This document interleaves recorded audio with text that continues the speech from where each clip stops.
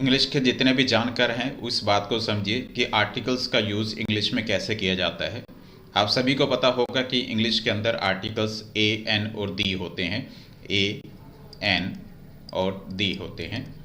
अब आप कहेंगे इसमें से ए और एन है वो हमारे इनडेफिनेट आर्टिकल्स हैं और दी जो है हमारा वो डेफिनेट आर्टिकल्स है।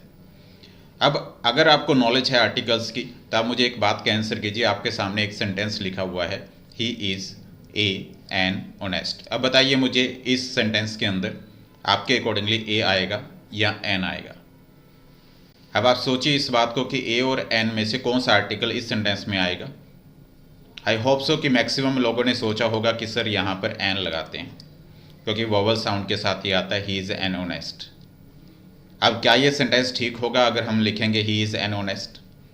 आप क्या क्या सोचना है?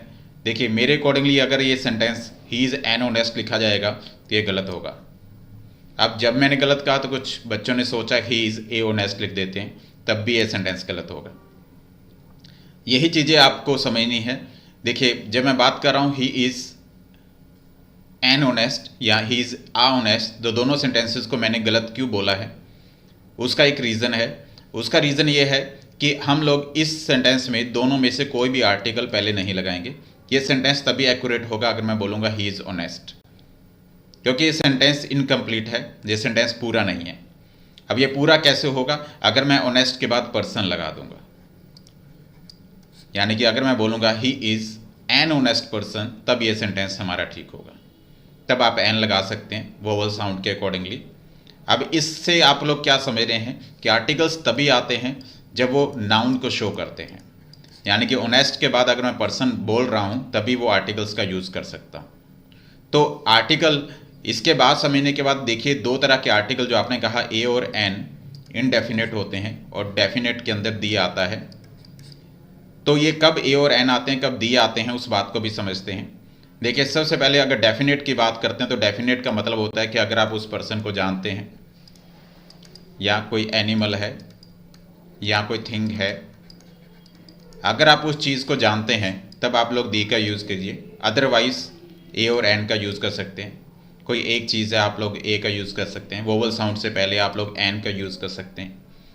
तो इंग्लिश के सभी जानकार इस बात को अच्छे से सुनिए कि सपोज कीजिए मैंने एक सेंटेंस कहा, आई मेट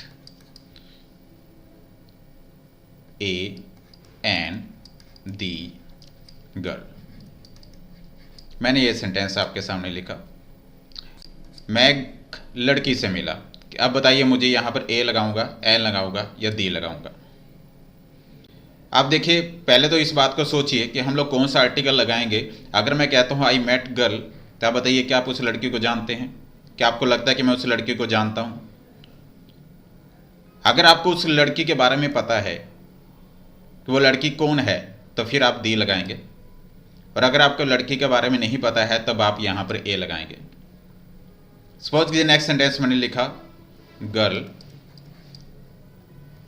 वॉज वाइज। अब ये सेंटेंस मैंने लिखा। अब बताइए गर्ल वॉज वाइज में क्या ये सेंटेंस एक्यूरेट है या रॉन्ग है? इस बात को समझिए, गर्ल वॉज वाइज। अब देखिए आप बताइए क्या आपके अकॉर्डिंगली इस सेंटेंस में मैं उस लड़की को जानता था? यस, जानता था तभी तो लिखा है गर्ल वॉज वाइज। और अगर जानता था तब मुझे उस लड़की को स्पेसिफाई करना होगा दी के साथ, तो मैं बोलूँगा द गर्ल वॉज वाइज।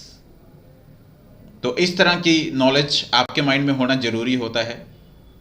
ऐसे बहुत सारे एग्ज़ाम या कॉम्पिटिटिव एग्ज़ाम होते हैं जिसके अंदर आर्टिकल्स का यूज़ पूछा जाता है, और उस आर्टिकल की अच्छी नॉलेज होना आपको बहुत ज़रूरी होता है। इस वजह से इंग्लिश को समझिएगा, और ऐसी बहुत सारी चीज़ों के लिए आप मेरे से कांटेक्ट कर सकते हैं।